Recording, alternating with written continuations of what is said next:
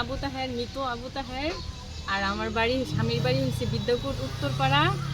আমার স্বামী মারা গেছে আজকে 11 মাস। 11 মাসের ভিতরে আমি এখানেই ছিলাম, আমার স্বামীর বাড়িতেই ছিলাম।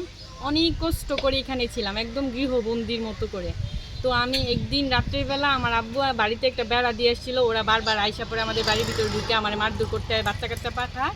তারপরে ওই বেড়াটা ওই দিন রাত্রে ওরা নিয়ে গেছে, নিয়ে যাওয়ার পরে ননদ, ভাতিজা, ভাইস্তা সবাই, জামাল, কামাল, শামসু মিয়ার ছেলে, শামসু মিয়া হচ্ছে আমার শ্বশুর, আর আবু কালাম মিয়ার ভাই, যে আবু কালাম মিয়ার ছেলে যে হুকন মিয়া, হ্যাঁ বিদেশ থেকে এই আমার বাড়িতে টোটাল সারা বাড়ি সিসি ক্যামেরা দিছে।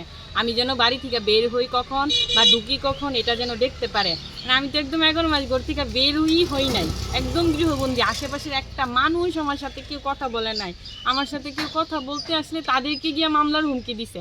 এগুলা কে করছে? এগুলো হচ্ছে আমার দেবর, ননদ, ভাসুর, জামাল, কামাল, তারপরে হুকন মিয়ার ভাই ইসমাইল, হুকন মিয়ার বউ সুমা, হুকন মিয়ার বোন হয়েছে গিয়ে সেরা আপনার টুনি, ফাতেমা, তারপর জামাল মিয়ার মেয়ে হয়েছে গিয়ে সেরা নাইমা, তারপরে মঙ্গল মিয়া হয়েছে আমার ননদের স্বামী, আর ননদ হয়েছে গিয়া রফিয়া বেগম।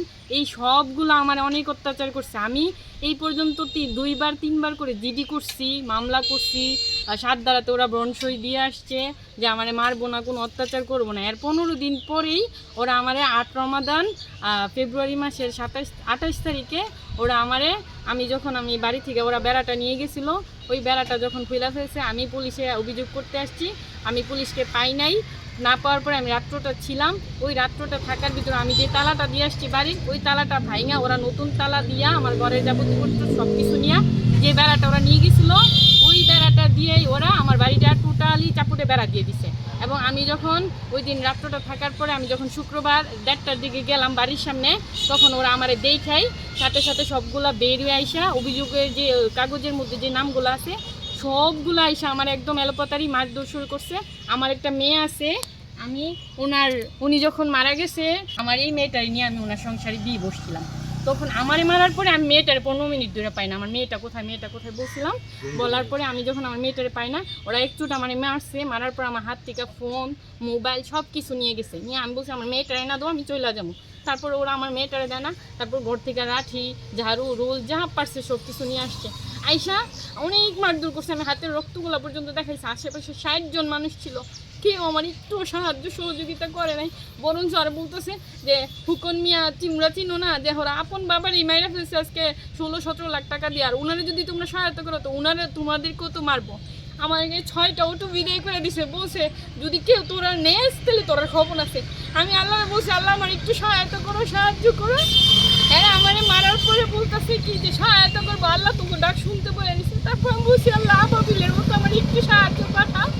এরপর কই থেকে জানি একটা মোটরসাইকেলওয়ালা লোক আসছে, আইসা আমার বলতেছে আমি তোমার ভাই লাগে, আমি তোমার নিয়ে দিয়ে আসবো, তুমি ফোন দাও তোমার বাড়িতে। তারপর ওই লোকের মাধ্যমে আমি মোটরসাইকেল করে আসছি। আমার বাড়িতে মারার পরে ওরা আবার বলে কি যা এখন যা, কি আনতে পারো সানাস, কোনোদিন এই বাড়িতে আর ঢুকতে পারছি না, কইয়া ওরা আমারে বিদায় করে দিছে। এরপর বিদায় করে দেওয়ার পরও থানা থেকে হুকুম করার পরও ওরা আমারে মারার পরে বলতেছে যে দ্বিতীয় টার্গেট নাকি আমার বাবা।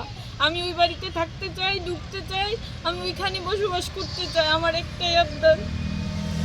আপনি কতদিন যাবত এই স্বামীর বাড়ি থেকে বিতাড়িত হয়ে আছেন? আমি 8 রমাদান থেকে এই পর্যন্ত, যেদিন থেকে আমার ওরা মারছে ওই দিন থেকে আমি ওই বাড়িতে যাইতে পারতেছি না, ঢুকতেও পারতেছি না, কোনো কিছু করতে পারতেছি না। আপনি জান না কেন এখন? আমি ওদের কারণে, ওদের হুমকি দুমকি মারধরের কারণে আমি তো ঢুকতেই পারি না, যাইতেই পারি না।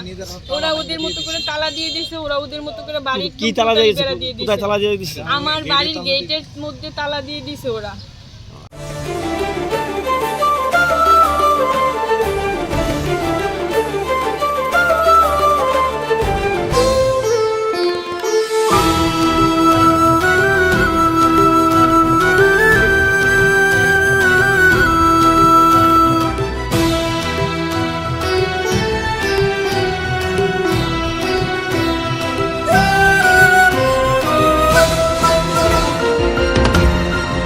টেকনাফ থেকে তেতুলিয়া, রূপসা থেকে পাথুরিয়া, বিশ্বজুড়ে রূপসী বাংলা।